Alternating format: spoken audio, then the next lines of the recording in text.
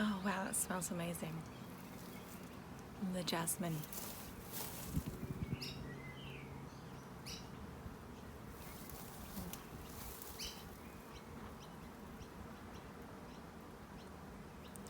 Yeah.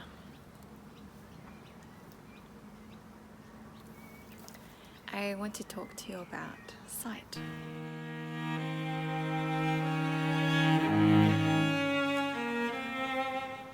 The joy that we can get from it,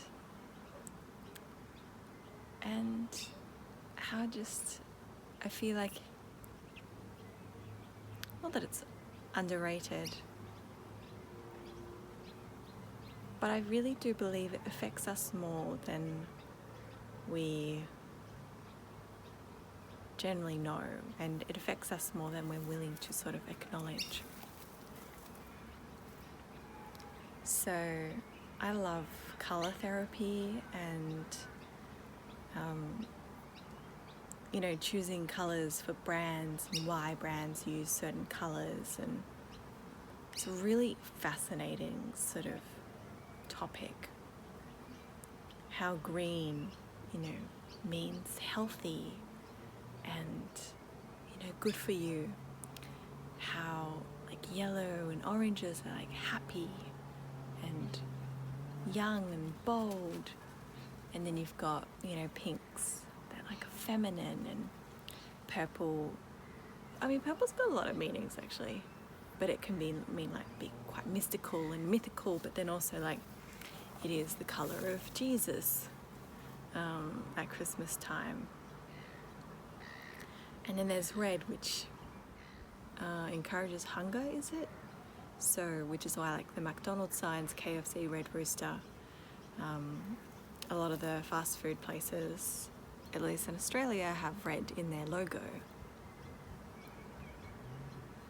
And blue suggests like professionalism, get the job done. So, which is interesting. Almost feels a little clinical in that sense. Anyway, I digress. A world that is beautiful to look at is just so peaceful. When you have your breath taken away by the beauty of something, it's not just because that thing is beautiful. I mean, yeah, but it's you are leaning into the moment, and you are staying in the present moment for enjoying this scenery, enjoying the Tokyo Disneyland, Sleeping Beauty's castle, enjoying amazing architecture in Spain. It's all about you and what it means to you.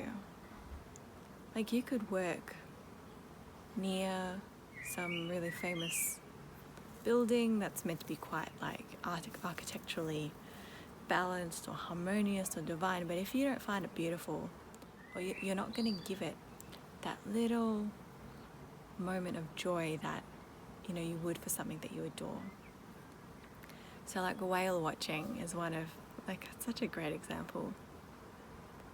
There's all this anticipation and you're really excited to go, and you go, and I mean, hopefully you will see a whale, or at least a few.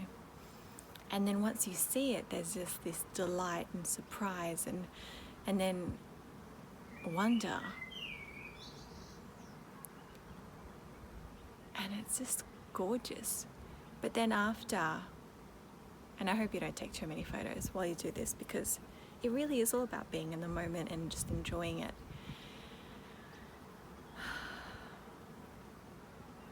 And then afterwards, you've just spent this 2 hours of whale watching, and then being on the ocean in between the whales, and the other times just sort of melt away, because the joy that, the whale, what's it called? Breaching, has just captivated you. It makes you breathe in. Oh my God. And then when it waves at you and then flops back down, it's like, oh, exhale. And I just I love Disneyland and I love Disney Sea because it is just a full day of having my breath taken away from me and then given back to me. Everything's sort of beautiful, everything's just so magical looking, and then they get that with the sound, they have the great music, and it's not too loud. They haven't worked on smell yet. Oh, actually there was a ride at Disney Sea with scent, that was really cool. But with like whale watching, you've got the wind in your hair, so you've got this sensory thing going on, and then you've got the sound of the ocean. And it really feels like an immersive experience. But sight, I believe, is so important to that. And I do feel that imagination could work as well. But the main sense we use is sight. So to be able to use that and then support it with other senses to create just like something gobsmackingly awesome, like truly awesome, is really cool. Looking at artwork, looking for details in artwork. It was a windy day this morning in the Melaleuca bush, it's a tree, outside the front of my house. It was waving, but because it's flowering right now, it looks like sort of like cotton candy, or like these little, fairy elves dancing around. And I let myself get caught up in just watching that and hearing the wind and smelling the slight honey scent of those flowers. And it's just so beautiful when sight can do that. It invites you to just enjoy this moment. Oh, hey, what other senses are being activated here? Great. This is a moment. This is what makes today an amazing day to be a human. So,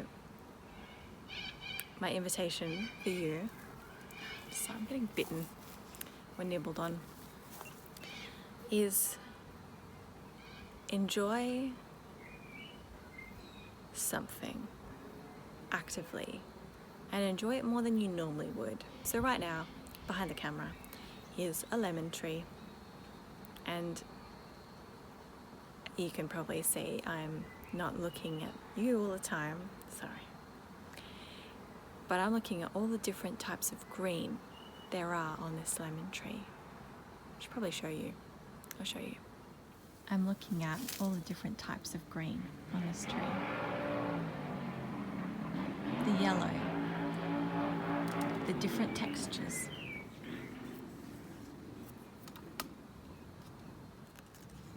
The purple of the bud, just how beautiful that is. The white, of this. And just looking at it and thinking, how many greens are here? And how beautiful is this lemon tree, where each lemon is not the same color. I mean, it's lemon, but they're just not the same color. And one lemon is like not all yellow. Like this one's got a scar. You see this? One's got a little, oh, it came off.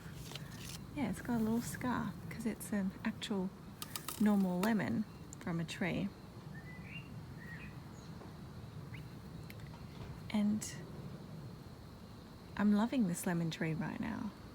It's done such an amazing job of stimulating my sense of sight in a really beautiful way. And I want you to all experience that too. So, yeah.